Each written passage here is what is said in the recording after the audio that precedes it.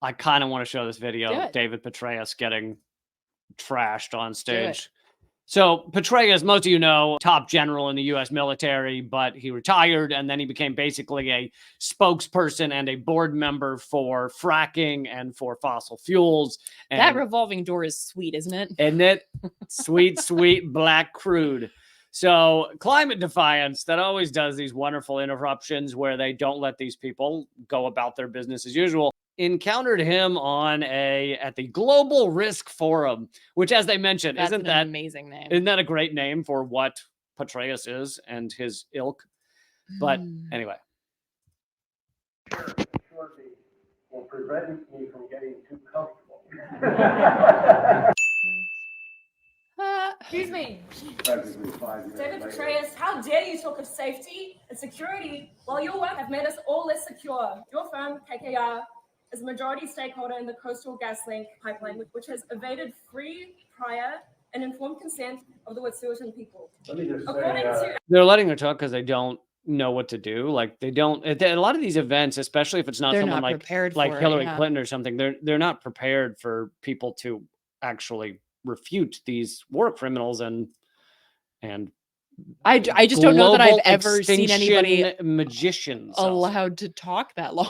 I know. I think she's kind of shocked too. She's like, I guess I'll just keep going. Well, and what you'll see in a minute is that they eventually clear her out and then they give the microphone to this other girl because they think she's just a regular questioner. I know. This is the best with the popcorning. That's a great tactic. Yeah. Amnesty International, since KKR took ownership of the project, there's been excessive use of force against land defenders. General Petraeus, when communities stand up to these projects, they're met with the same counterinsurgency tactics that you developed in Iraq. We need to know, will you stop using your tactics to steal indigenous land? You can't touch me. So thank you for your concern that was asking me. Answer the question. Is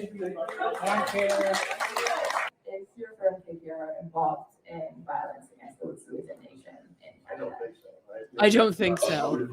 So for those of you just listening to the podcast, she said, is your firm involved in violence against the Wet'suwet'en people, which it is because it's driving pipelines through their land against their will. And anyway, he says, I don't think so. Per issue, we don't have any army or security.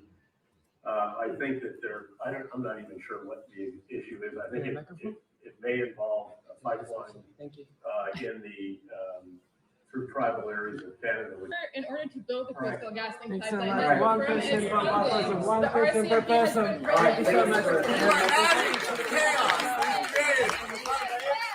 The pipeline is being built because maximizing territory and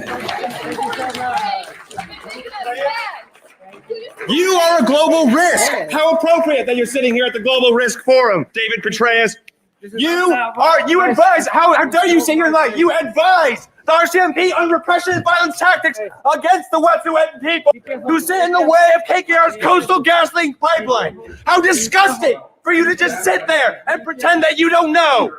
Disgusting. Will you cease committing violence against indigenous communities so you can profit off of the Coastal GasLink pipeline? I also love that highlights like how many people were only there to disrupt. To disrupt. That was the whole reason they were there. It's like all these people keep standing up and it's like, oh shit, now you realize that not that many people wanted to hear your old sad face speak. Not that many people wanted to see a U.S. Empire General talk about how we need more fossil fuel pipelines.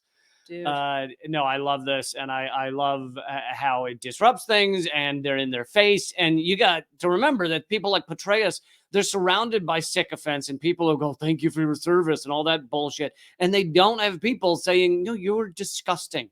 You're a disgusting human being." But also, this is a nice callback. His response, "Oh, I don't think so," is like the Netherlands being like, "Well, we can't possibly know where all of our weapons go." And like, how could I possibly know if I'm committing colonialist violence against the Wet'suwet'en people? That paper hasn't showed up on my desk. It's always this bullshit that like, oh, I didn't know, or I don't think so. I can't recall. Of course you can. That's what you do. I think that's great. And I understand that some people are like, well, he's just going to keep doing the thing. Yes. but there is no silver bullet tactic, because otherwise we would have figured that shit out already. All of these things, I think, not just I think, but all of these things add up, and all of these things need to be subjected to, of course, like a critique afterwards of the tactic, and see like, okay, how did we feel about that?